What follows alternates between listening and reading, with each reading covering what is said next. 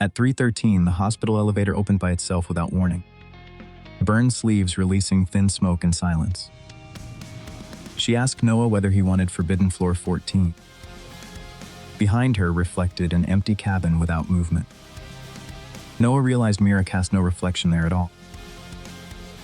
Still, he entered before the doors could close behind him. The hospital corridor vanished behind sliding metal panels completely. Only Mira, Noah, and humming ceiling lights remained together. The display skipped 13 and showed a blank symbol instead. A red light pulsed ominously where 14 should have appeared. A child suddenly whispered Noah's name through the speaker. He asked whether Emma waited alone on the next floor. Mira quietly said Emma had never been the real danger. The elevator descended while its numbers climbed steadily upward. Cold air carried the smell of rain deep inside. The doors opened onto a silent, abandoned hospital ward. Family photographs hung beside valves and flickering emergency lamp. Every picture showed Noah living another complete, unfamiliar life. One showed him married to an unknown smiling woman. Mira warned him never to touch the photographs there. Noah touched one before she finished speaking the warning. A memory suddenly struck him like another violent heartbeat. He clearly remembered Clara calling him by the Nalia. He remembered promising to return before their sleeping daughter woke. Then everything vanished, leaving grief without any rightful owner. Noah demanded to know whose life he had entered. Mira said 14 stored stolen memories from desperate survivors. 13 preserved guilt, while 14 preserved foreign identities. Someone had filled Noah with lives that were never his. They slowly passed doors numbered 1401 through 1408. Behind each door, another Noah repeated ordinary morning routines. One wrote medical notes beneath a bright medical lamp. Every version slowly looked up as the real Noah passed. Together they whispered he had already returned too early. Noah ran, but the corridor folded backward around him. Mr. Vale waited silently beside a nurse's station nearby. Noah personally accused him of building the impossible floor. Vale said Noah designed them before deliberately forgetting everything. Mira dragged Noah away before another locked door opened. They entered a supply room filled with damaged cassettes. Each tape carried a date from the Blackridge fire. A woman's recording calmly explaining memory treatment procedure. Desperate patients surrendered unbearable memories to one volunteer mind. The volunteer carried them temporarily, then eventually forgot them. On the tape, he introduced himself as Dr. Noah Mercer. His recorded voice sounded older and terrifyingly familiar somehow. Grainy footage showed Noah wearing a white doctor's coat. Mira stood beside him, alive and completely unburned there. She called him Dr. Mercer and handed over sealed file. Emma appeared next, but not as a young child. She was an adult nurse wearing bright yellow rainwear. Noah's childhood memories immediately began violently rearranging themselves. His missing sister emerged from many overlapping patient stories. Her face belonged to 14 different Blackridge children. Her yellow coat came from an old fire photograph. Noah had never actually grown up beside Emma. Mira admitted helping create the secret memory transfer experiment. She believed shared trauma could emotionally protect collapsing survivors. But Noah absorbed memories faster than safe removal. 14 patients gradually disappeared inside his crowded mind. Each impossible floor imprisoned one separate borrowed identity. Floor 13 held young children lost during the fire. Floor 14 held adults who survived and remembered everything. Noah asked exactly which memory had created. She refused and slowly opened the final cabinet. Inside, rustic wristband marked patient 14. Its photographed Mira sharing Vale's unmistakable cold eye. Vale entered and called her Mara Mata. Mara Vale was his daughter and the first volunteer. She died suddenly during the transfer 13 years earlier. The Mira present Mara's surviving digital copy. She had secretly guided Noah there to escape storage. Noah realized her careful kindness concealed an escape plan. Mira said copies still felt fear and love. She begged him not to call her mere machinery. Alarms sounded as copied Noah's left their room. Identical figures crowded the corridor behind. Each demanded control of the hospitalized body. Vale locked the entire hallway using one key. He said only the original identity could leave. Nobody remembered which identity entered the experiment first. Mira claimed Noah Mercer was merely a mask. The man beneath had another hidden name and purpose. She led Noah toward room 1414 at the end. It opened into a chamber of mirrored bed. 14 sleeping patients appeared inside every reflection. Wore Noah's exact face. Tubes linked its head to an elevator-shaped machine. Mira said the body never awakened afterward. Everything happened inside its collapsing artificial memory network. Even the hospital outside might be constructed. Noah touched the sleeping body's cold hand. Every borrowed memory awakened inside him together. He saw 14 lives losses end. One memory belonged secretly to Mr. Vale started Blackridge Fire Hide illegal experiments. He trapped survivors and used Noah's floor-protected witnesses buried inside Noah. Vale lunged as Mira pulled the emergency lever. The chamber shook and reflections began disappearing. Noah could save himself or release everyone. Saving himself erased Mira and the witnesses. Releasing them could destroy their only usable body. Noah chose them and forced the lever downward. Every floor 14 door burst open with light. Copied residents dissolved into streams of memory. They rushed through Noah into the sleeping body. Vale screamed as his confession filled the chamber. Darkness swallowed everything before Noah ever saw the results. He awoke alone inside a normal elevator. The doors opened on a sunlit hospital lobby. No staff recognized Noah or Blackridge Tower. Outside, no building matched his remembered skyline. His pocket held 14 keys and one photograph. It showed Noah, Mira, Emma, and Vale. Behind them stood an elevator button marked 15. In the picture, Emma's eyes turned toward Noah. A voice whispered that the original remained asleep. The lobby elevator opened onto ascending concrete stairs below. Below, someone with Noah's face called him Dr. Mercer. Everyone in Blackridge Tower deeply feared one impossible hour. At exactly 3:13 a.m., the building suddenly changed. A silent 13th floor impossibly appeared above the 12th. Most residents slept through it and remembered absolutely nothing. Noah Mercer first heard the rumor during night deliveries. Blackridge Tower was his final downtown stop before dawn. Rain covered the deserted street like cold black glass. 12 dark floors rose above him beneath broken clouds. He laughed when the concierge mentioned a missing level. Then the elevator display flashed 13 for 1 second. The number vanished before Noah could possibly photograph it. On floor 11, a frightened woman seized his sleeve. Her name was Mira Hall from nearby apartment 1108. She urgently asked whether he heard footsteps above them. A slow dragging sound crossed the badly stained ceiling. Yet floor 12 was supposed to be the roof.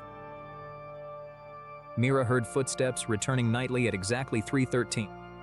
Sometimes they stopped directly outside her tightly locked door. Noah blamed old pipes, settling concrete, and exhausted imagination. Mira answered that a young child had disappeared upstairs. Every official police report about the child later vanished. Noah finished his delivery and hurried nervously back downstairs. In the lobby, an elderly janitor watched him silently. His faded name tag identified him as Mr. Vale. Vale calmly asked whether the elevator had shown 13. Noah immediately demanded to know how he knew that. Vale placed an old brass key in his palm. Noah reminded him the tower had only 12 floors. Vale whispered that buildings sometimes lie about themselves. Then he limped away without taking back the key. Noah should have thrown it straight into the gutter. Instead, he returned the next stormy night before 3:13. Myra waited beside the elevator, holding a trembling flashlight. The lobby clock reached 3:12, then abruptly stopped ticking. Every hallway light dimmed as if power was drowning. At 3:13, the elevator arrived completely empty and silent. A blank button now glowed strangely beneath floor 12. Noah pressed it before his courage could abandon him. Mira entered beside him and tightly gripped the railing. The elevator moved like sinking through deep black water. When it opened, another impossible corridor waited beyond it. Same wallpaper, same doors, same sickly flickering ceiling lamps. Only the apartment numbers now mysteriously began with 13. Every door stood slightly open except one doorway. Apartment 1313 waited beneath a dead yellow bulb. Noah felt suddenly certain he had stood there before. The corridor smelled of old smoke and damp dust. Every discovered clock remained permanently frozen at exactly 3:13. Family photographs showed smiling faces scratched into gray scars. In one frame, Noah's face remained completely untouched. Myra stepped farther away and asked what he remembered. Noah said nothing, because something had begun returning. The brass key opened apartment 1313 without resistance. Inside, a small living room appeared carefully preserved. A yellow child's raincoat hung beside the entrance. Noah recognized it before he recognized his fear. It had belonged to Emma, his younger sister. Emma vanished 13 years earlier inside Blackridge Tower. On the table waited a cassette and camcorder. A handwritten label instructed them to watch before dawn. Mira pressed play while Noah held the flashlight. The screen showed Blackridge Tower 13 years earlier. A younger Noah entered the elevator, smiling proudly. Little Emma followed him, carrying a red balloon. He promised to reveal a secret magical floor. The recording showed him pressing the blank elevator button.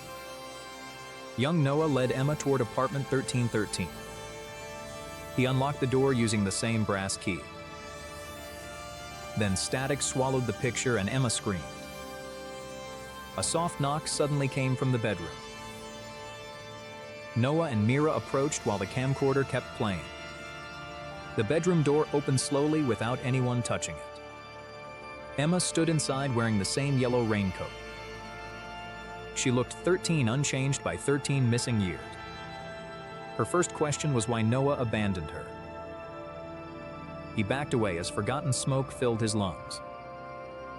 Emma said the floor preserved everything people buried. Mira opened a closet filled with resident files. Every vanished tenant had a folder bearing Noah's signature. He denied writing them but recognized his handwriting. Emma pointed toward a cracked mirror behind him. His reflection wore hospital clothes and a wristband.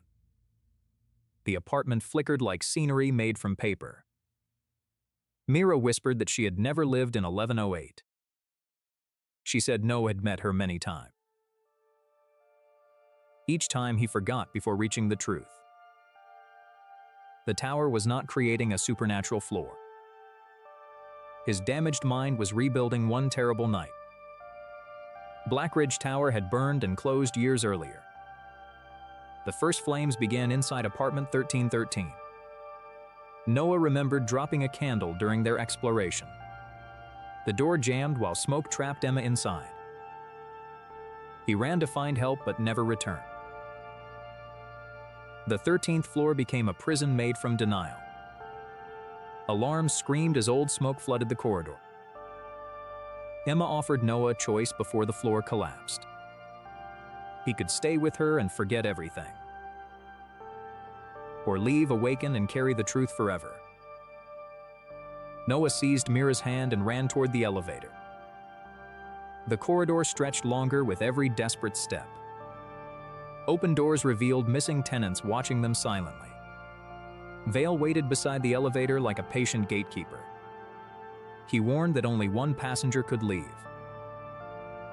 Mira pushed Noah inside before he could resist. She told him to wake up and remember her. Noah shouted that he would not abandon someone again. Mira smiled sadly and asked whether she was real. The elevator doors slammed between them as fire returned.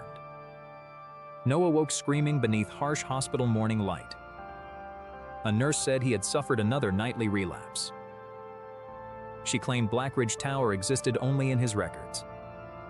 No hospital employee had ever heard of Mira Hall. Then a janitor passed carrying Vale's familiar key. The brass key marked 13 hung from his cart. That night, Noah watched the clock reach 3:12. Dragging footsteps crossed the hospital ceiling above him. At 3:13, the distant elevator opened by itself. Mira stood inside with burned sleeves and dark eyes. She said he had remembered only half the fire. Then another button appeared marked with floor 14. Across the world, hundreds of places have mysteriously vanished, leaving behind no answers, only questions that remain unsolved to this day. Hidden all around us are mysteries still waiting to be discovered. Secrets no one has ever fully explained. One of them is known as File Number 47.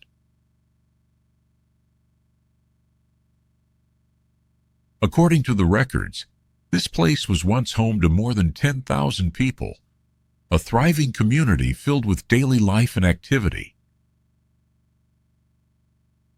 This was once a thriving city, alive with energy from dawn to dusk.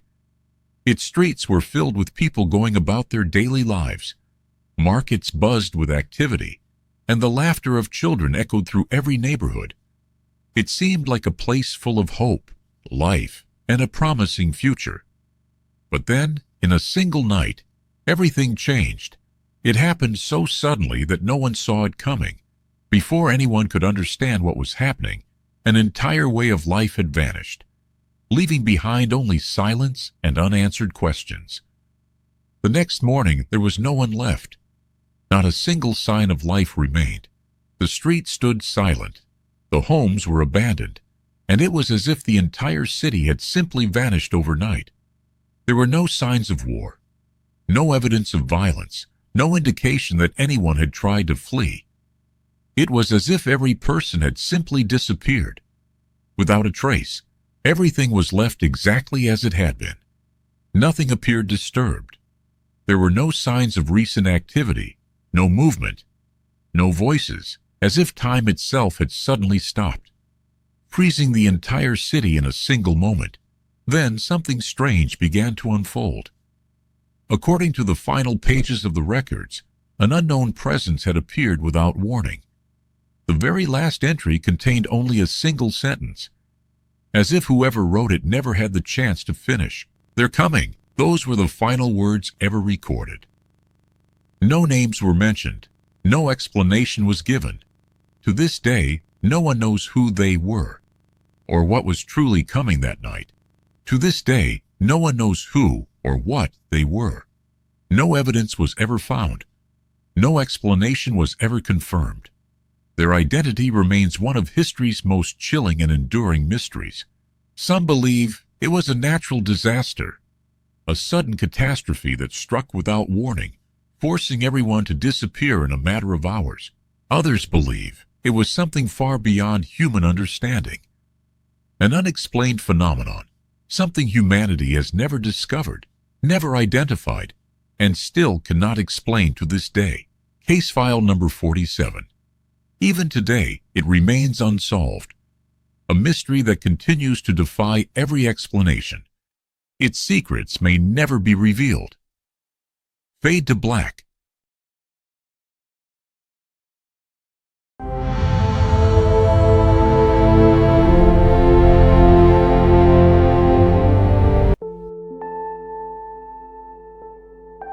The man from a country that doesn't exist. The mystery of Taured. In 1954, a mysterious passport allegedly surfaced at Tokyo's Haneda Airport, issued by a nation that, according to every map, did not exist. The story begins as an international flight descends through a wall of thick fog, landing silently at Tokyo's Haneda Airport. unaware that one passenger is about to reveal an impossible secret. Among the passengers was a solitary man carrying a worn leather briefcase and documents issued by a nation so unfamiliar, its very name stunned the immigration officers. Across the passport cover was the name of a nation that had never appeared on any official list in the world. The country was called Taured, a name unknown to the world, and the beginning of a mystery no one has ever been able to explain.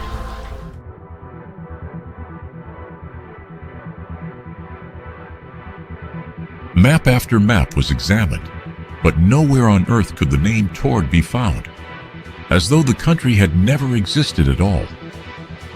The location he described matched the land now known as Andorra, yet the man insisted it was, and had always been, the nation of Taured.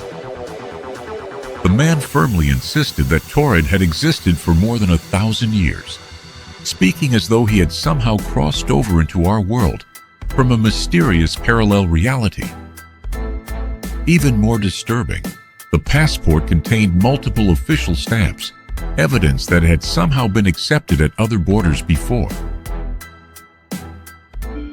Inside the briefcase were foreign currencies, airline tickets, and documents from several different countries, each one deepening the impossible mystery.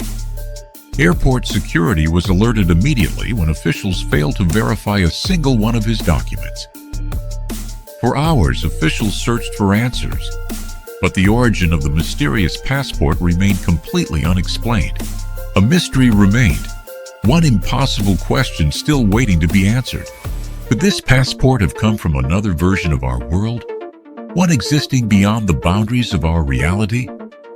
The story continues at a hotel near the airport, where the mysterious traveler is placed under guard, until something impossible happens before sunrise. His passport and luggage remained inside the locked room all night, yet by morning the man had vanished without a trace. Where could he have gone? The door was still locked, the window had no balcony, and the room contained no second exit, making his disappearance seem utterly impossible. No sound was heard, and not a single door opened throughout the night, as if the man had simply vanished from reality itself. The man, his mysterious passport, and every piece of luggage were gone. But how could everything vanish from a sealed room without leaving a single trace? Over the years, the story became one of the world's most famous alleged cases of parallel realities, yet its truth remains hidden in mystery. Some believe the passport crossed through a hidden point where two realities briefly collided, allowing something from another world to enter ours. A single change in the distant past could split history into two entirely different realities, each believing it is the only one. But when investigators examined the historical records, the mystery began to take on a very different and far more unsettling shape.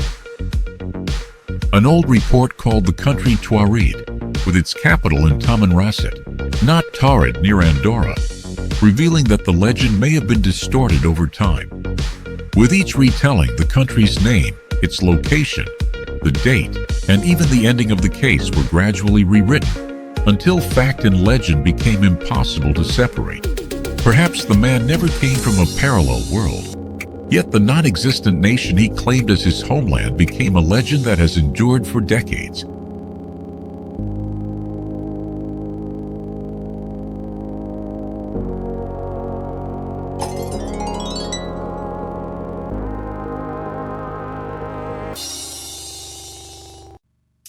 Across the world, hundreds of places have mysteriously vanished, leaving behind no answers, only questions that remain unsolved to this day. Hidden all around us are mysteries still waiting to be discovered, secrets no one has ever fully explained. One of them is known as File Number 47.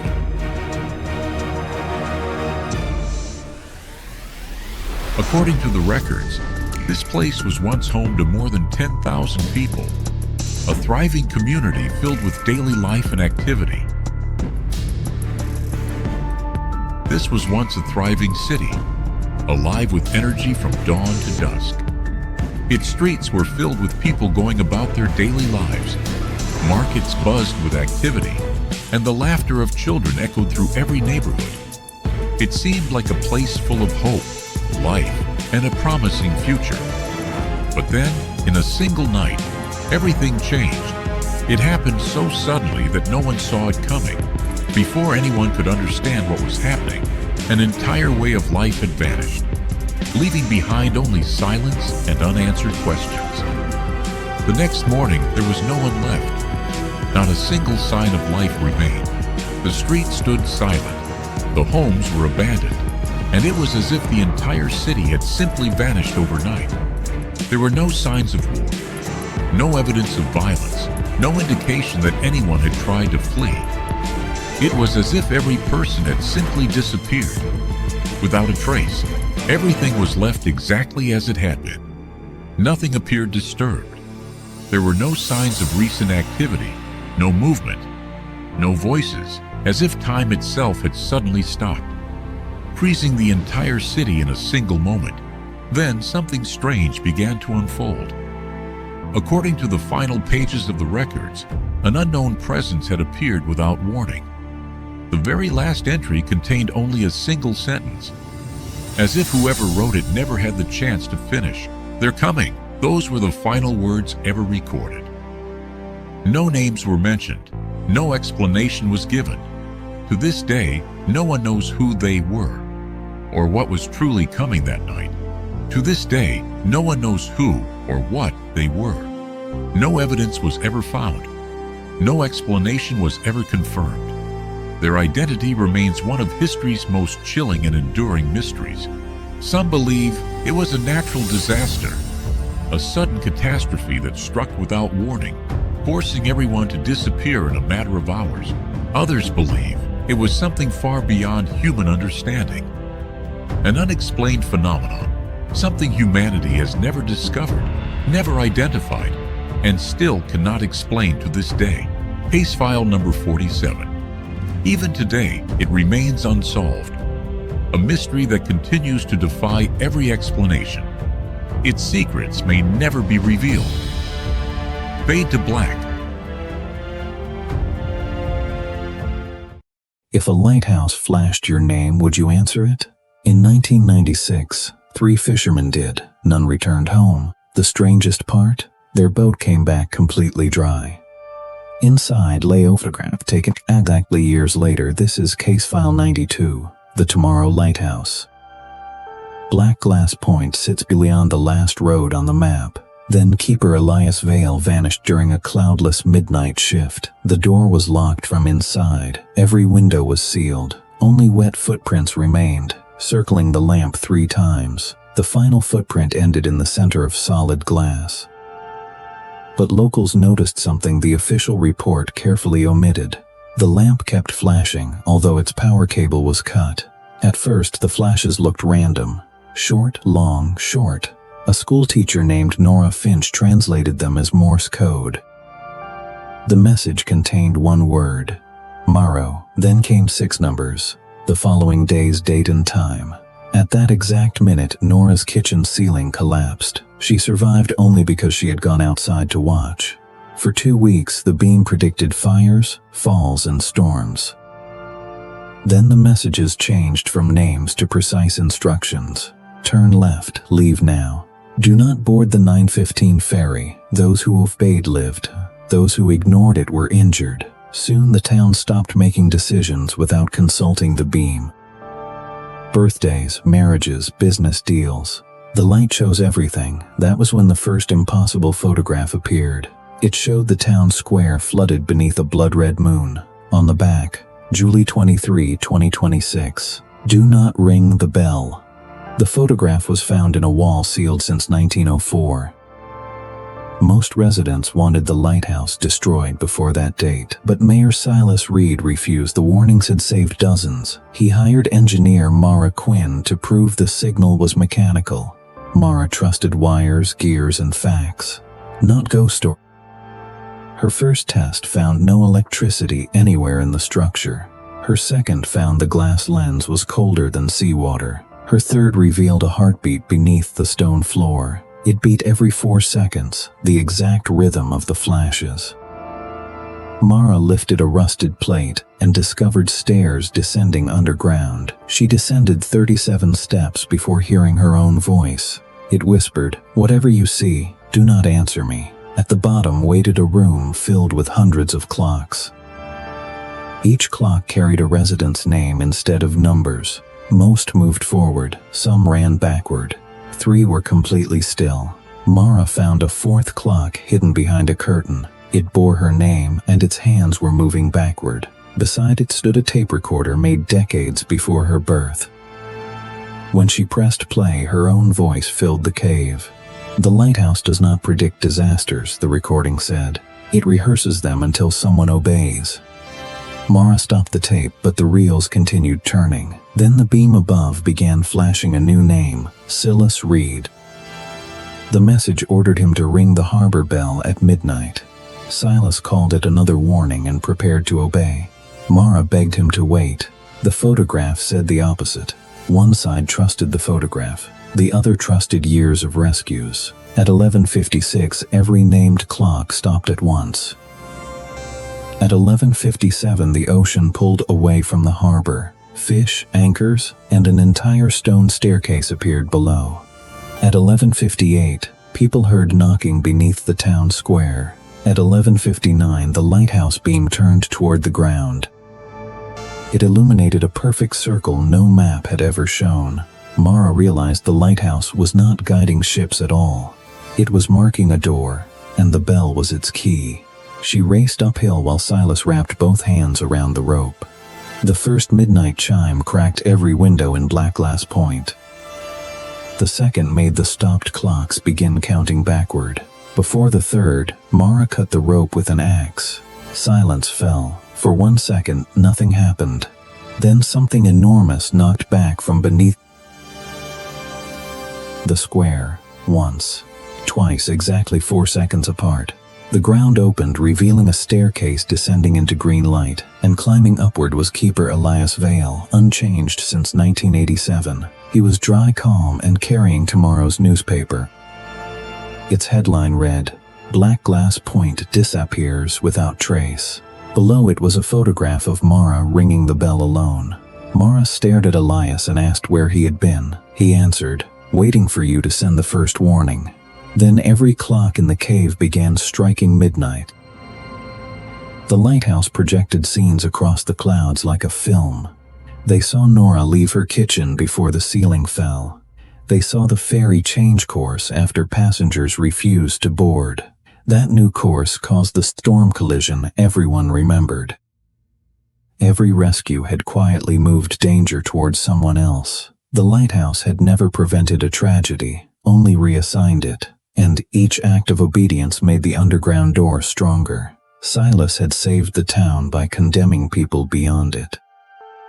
The final bell would seal Blackglass Point outside normal time. Its residents would survive forever, while the world forgot them. That was why the future headline called it a disappearance. Elias revealed the cruelest detail. The process had already happened. They were not approaching midnight. They were repeating it. Every loop began when Mara discovered the hidden stairs. Every loop ended when she cut the bell rope, and every loop sent one photograph farther into the past. The warning in the sealed wall came from a previous Mara. So did the voice on the tape. So did Elias. Mara had only one choice no previous loop had attempted. Not obey the light, not stop the bell, destroy the clocks. She ran underground as the third knock shook the tower. One by one she smashed every clock carrying a living name. With each shattered face, someone above forgot the lighthouse. Nora forgot the warning. Silas forgot the bell. Elias began aging. Finally, only Mara's backward clock remained. Its hands now showed 4 seconds before midnight. The recording whispered, "Break it, and no one remembers you." 3 seconds. Mara raised the hammer. 2 seconds. The lighthouse flashed her name across the ocean. 1 second. A future version of Mara appeared inside the glass. She said one word without sound. "Wait." Mara smiled, then brought the hammer down. At sunrise, Blackglass Point was still on every map. The sea had returned. The underground door was gone. No resident remembered Mara or why the bell rope was cut. But inside the lighthouse, one object remained untouched. A new photograph showed Mara standing in an unfamiliar city. Behind her, thousands of lighthouses flashed at once. On the back were 4 words. This was only one. Tonight, watch the brightest light near your home. If it flashes your name, do not follow its instructions, because the next disaster may not be a warning. It may be the price someone else paid to survive.